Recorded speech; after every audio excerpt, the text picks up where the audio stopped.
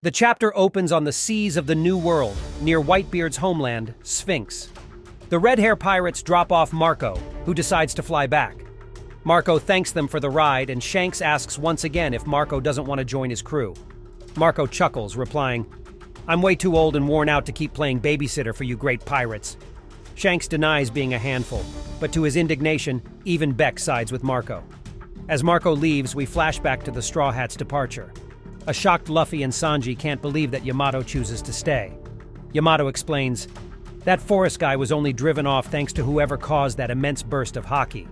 He adds that he can't leave in good conscience, knowing that although Kaido is gone, others like him will try to invade. Luffy eventually agrees that it would be a relief not to worry about Wano while on their adventures. Yamato smiles when Luffy tells him that he's entrusting Momonosuke and the others to him. Zoro warns Yamato not to hurt Momo's pride as Momo whines in the background. Yamato assures him he'll find another reason to stay. Flying above, Marco senses the Red Hair pirate's arrival and tells Luffy he will be leaving first. Luffy takes the opportunity to thank Marco for saving him during the Summit War. Marco laughs with Jinbei about the old days and tells Luffy his brother Ace would be proud to see how far he's come. He yells out to stay strong, exclaiming, "The times belong to you youngsters now," as he flies away. On Amazon Lily, Gloriosa remarks that this invasion is unprecedented. Men had never been able to cause so much damage to their homeland. The mountain lost half of its entire structure. Boa Hancock replies that as long as she stays on the island, the Marines will keep hunting them. She sighs. "I think I'd better go and marry Luffy." An annoyed Gloriosa shouts, "You always think that!" Another flashback shows the island a few weeks prior. Koby and the Marines breach the Kuja pirates' gates. Vice Admiral Yamakaji deploys their new weapon, the Seraphim Pacifistas, which take the form of children, making some Kuja pirates reluctant to fight back. Suddenly, Blackbeard's ship is spotted by panicking Marines whom he shoves aside with his Seaquake power. He appears with Katarina Devon and Vasco shot at his side, announcing that he will not allow the Marines to acquire Hancock's Love Fruit power. Katarina exclaims Hancock's head would make a wonderful trophy.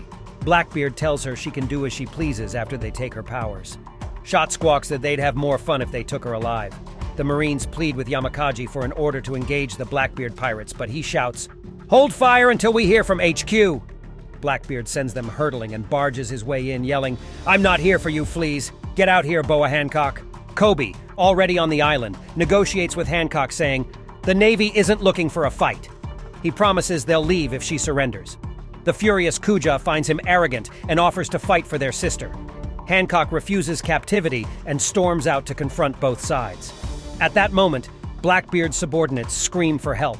He sees the small Seraphim attacker and exclaims, "White hair, brown skin, and black wings?"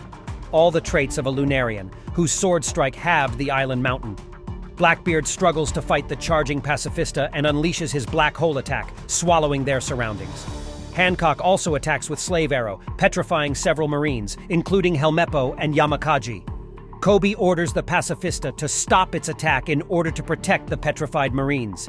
Hancock readies her perfume femur, but before she can strike, Blackbeard snatches the Snake Princess by the throat. Both their bounties are revealed with $1.659 billion for Hancock and $3.996 billion for Blackbeard. With most of his crew, including Devon and Shot, petrified, Blackbeard acknowledges Hancock's well-earned reputation. Koby panics about what to do, realizing everyone's been turned to stone. Blackbeard snarls, "I've had my eye on your power for quite a while." Hancock coughs out, "My beauty is what makes this power formidable." She growls that even if she were killed, whoever inherits her power won't have the ability to release their petrified friends. Blackbeard and Koby recognize they're at an impasse.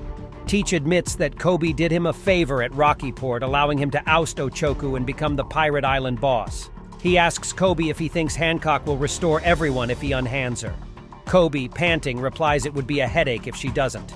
Hancock yells, "I'll do it if you two get off my island." Blackbeard is skeptical, believing she'll petrify them if he lets go. He decides to kill Hancock. Koby objects, pleading with him not to throw away so many lives. Suddenly we hear the voice of Silver's Rayleigh. He's dismayed by the extent of the damage and apologizes to Hancock for coming late. Everyone is shocked at the presence of the Dark King. He notices Blackbeard and mutters, "Whitebeard's old apprentice." Despite this, Rayleigh admits he doesn't like him. Drawing his sword, he asks Hancock to release everyone, promising to de-escalate the situation and that all invaders will leave the island. In the present day, Shakuyaku tells Hancock she's glad they survived. Hancock thanks and credits Rayleigh. Shakuyaku is revealed to be the 2 generations past Empress of Amazon Lily and the former captain of the Kuja pirates.